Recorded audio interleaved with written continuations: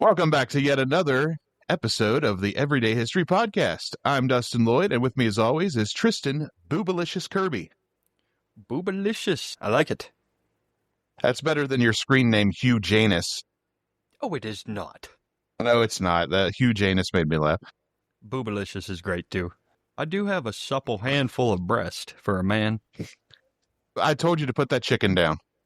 You did, and I didn't listen. You don't know what today's topic is. Not even a clue. I haven't even gotten any hints. No, sometimes I give you, or like Paul will give you some hints. Sometimes I'll give you a hint with giving you a ridiculous nickname, but this time Boobalicious means nothing. Other than my supple, ample breast. Put the chicken down. So today's topic, again, goes back pretty far, but not as far back as some of our other subjects. So this one, well, actually has a connection to something that takes place here near us, Newmarket, every second Saturday in August, rather. Not the goddamn yard crawl. Fuck! Yes, it stretches 50 miles of U.S. Route 11. We're talking about the yard sale. There's going to be some boo-boo bullshit in this episode.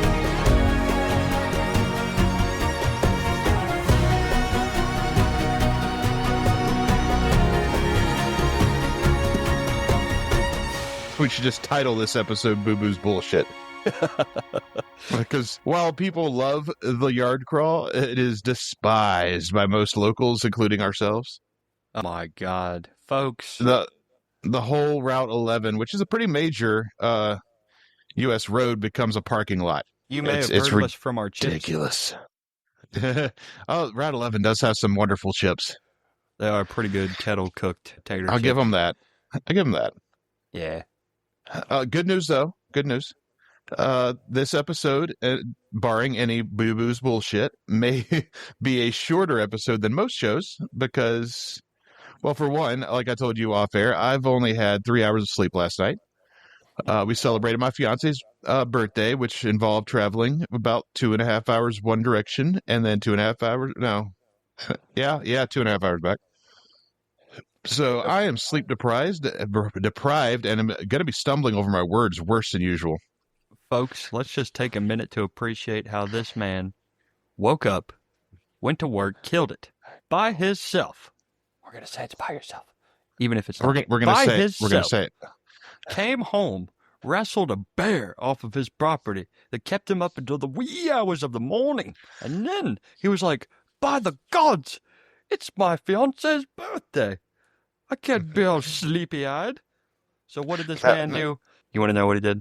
He went and he walked up a fucking mountain, folks.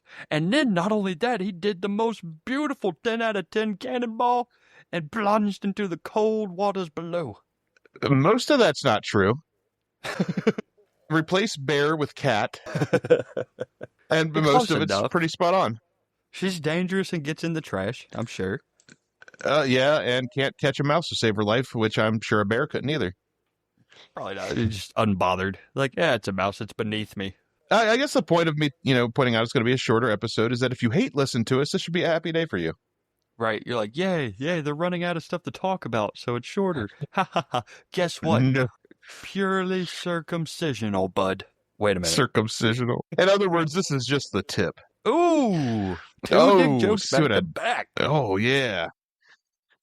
Next week, I've already started researching next week's subject. It's going to be a pretty good one, so it's going to be longer, girthier. That's right. Your prayers, your downfall. Fuck you guys if you hate us. Anyway. I don't think we have any haters. We're not that good yet. Yeah, I think very highly of myself. Speaking of thinking highly of oneself, I don't have a segue for this, so what's your experience with yard sales, memories and such, besides the yard crawl? Well, I can only assume plenty, but I don't remember my mother or father being yard sailors per se. However, I think I fall into that same bracket of people because I was a hand-me-down kid. I had a lot of hand-me-down clothes. Yeah. And I don't think it's so different. I mean, folks, these people who sell this shit should be good, decent people and just donate it or give it away. I'm sorry, you're trying to sell me. You're basing your prices off nostalgia. I fucking hate yard sales. That's my opinion. Those boxers come pre-skid marked. Hey, I'll have you know, that is not just any skid mark, sir. Sir, that is very precious to me. $50, take it or leave it. I'll fucking leave it. Patrick Starr, you are one smart shopper. I only have 7. My mom was very much a yard sailor. Like, she loved going to those. So growing up, we went to a lot of yard sales, which, in hindsight, being that we were pretty poor, it got us a lot of toys that we didn't normally have.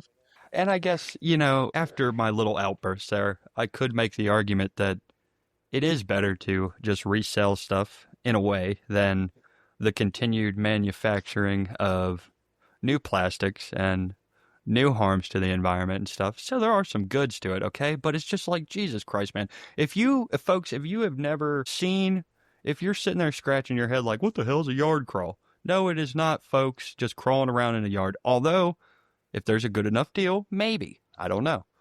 Well, it is Newmarket, and there are a lot of drugs here, so sometimes it is.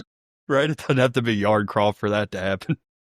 Yard crawl is an annual daily thing. Right, yard crawl, nah, it's just Dave down the street. It's just miles and miles of people selling shit out in their fucking yard. And I'm sorry, folks, there's easement, there's public property, yes, but it has to be tempered, okay? It has to be for emergencies, not just because you saw a fucking shirt that you liked. It is much better than donating to, say, Goodwill, who is a for-profit company. Boy. Just so everyone knows, I could go on a whole segment. Oh. Yeah, right. That's consumerism under the guise of goodwill, if you will. See what I did? Right. Dude. But you were talking about, miles and miles of bullshit. That's kind of what the yard crawl here is. It starts north of us in Stevens City, Virginia, and goes all the way down to Newmarket. It's about 50 miles of used shit that we can't wait to buy. I've been waiting all year for this. But it's not the longest yard sale in America. It's actually very small compared to a few others, including the Highway the Highway 27 corridor sale stretches about 690 miles. Oh, I feel like such a fucking chump for complaining about this pathetic little 50 miles. It's okay, because we aren't here to chat about the biggest, longest hog-sucking yard sales of all time. We're here to talk about how these big, long hog suckers were birthed. Yes. Bringing back hog suckers. I'm going to make that on a t-shirt. Right. I like that. I like that it's made its way in. A couple of them.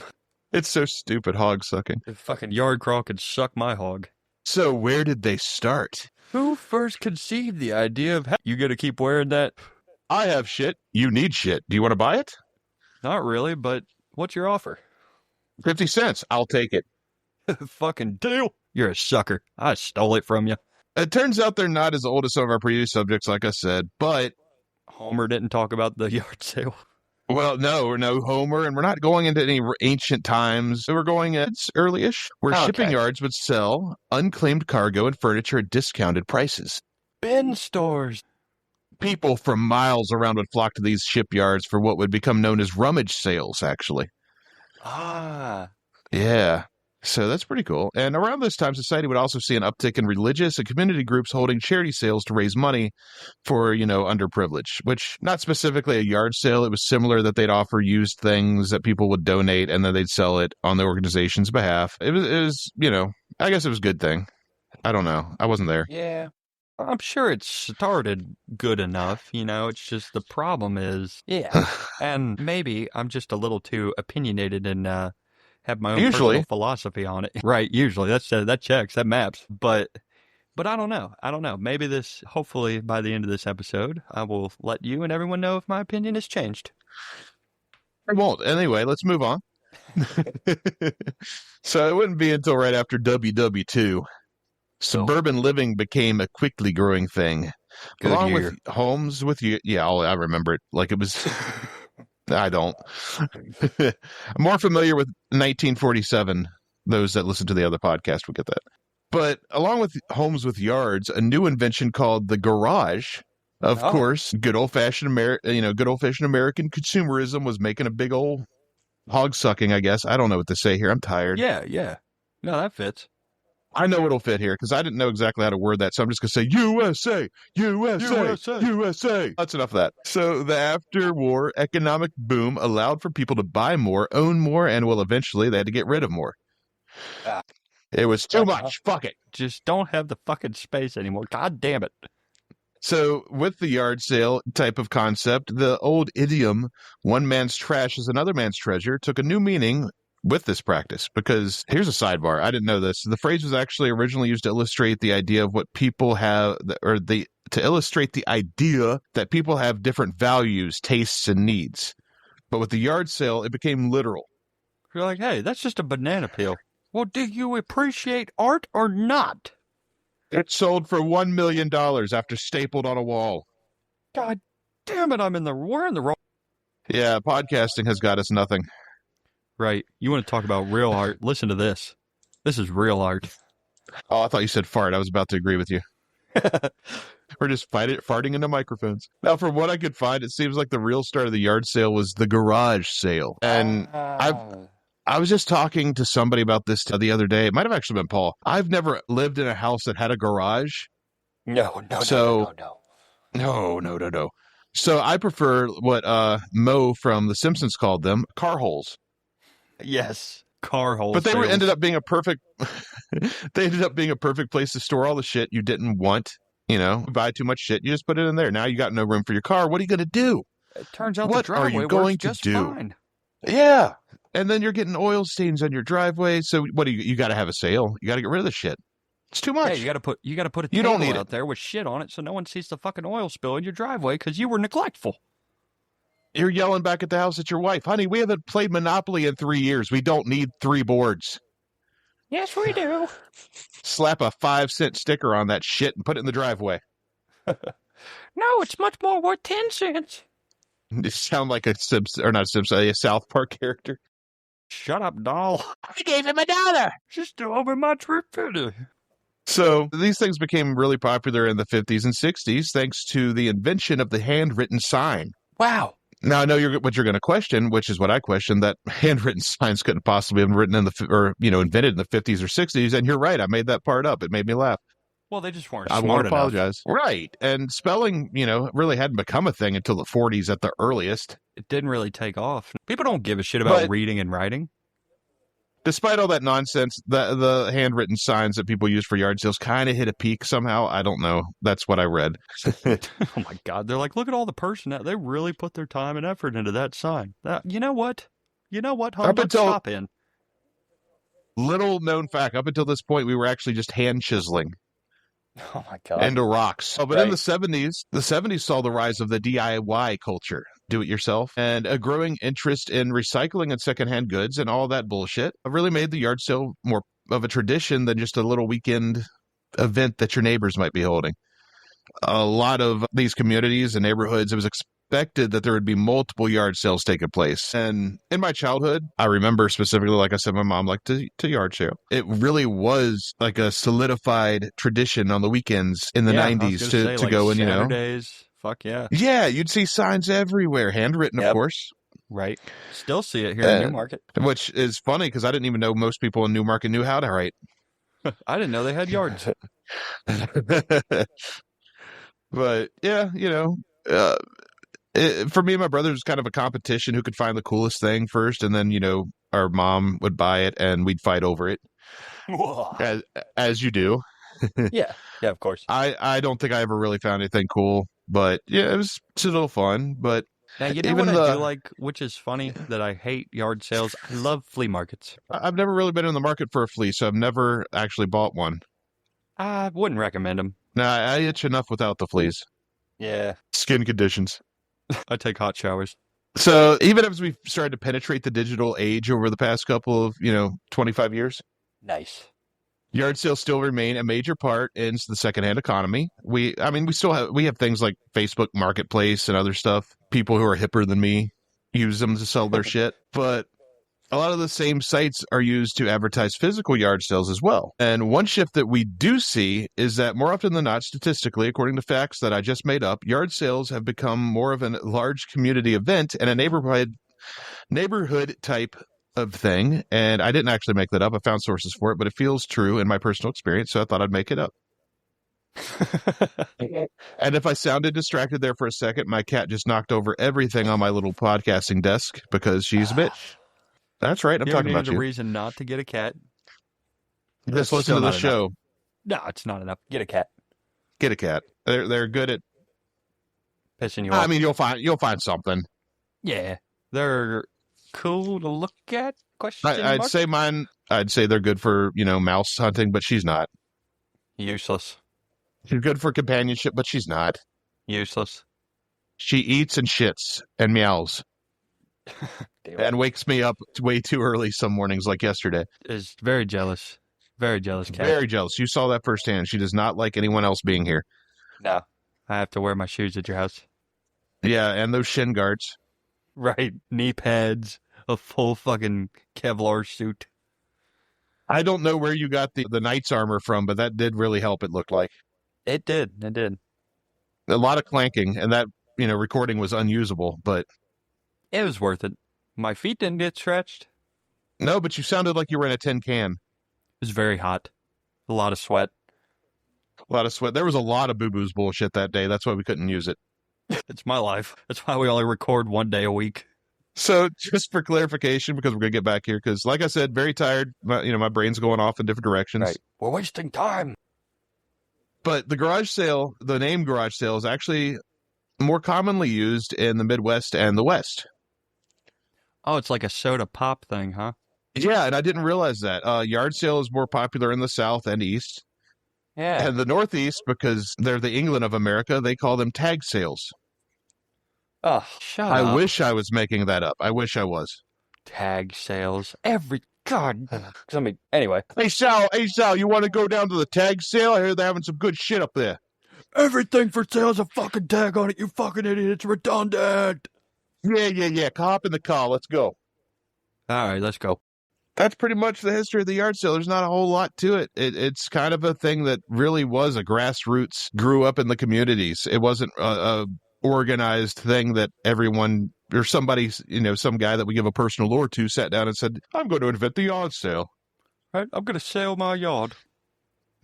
And I think it's pretty cool that shows how we as a species, we kind of find ways to innovate and innovate something as universal as commercialism, I guess.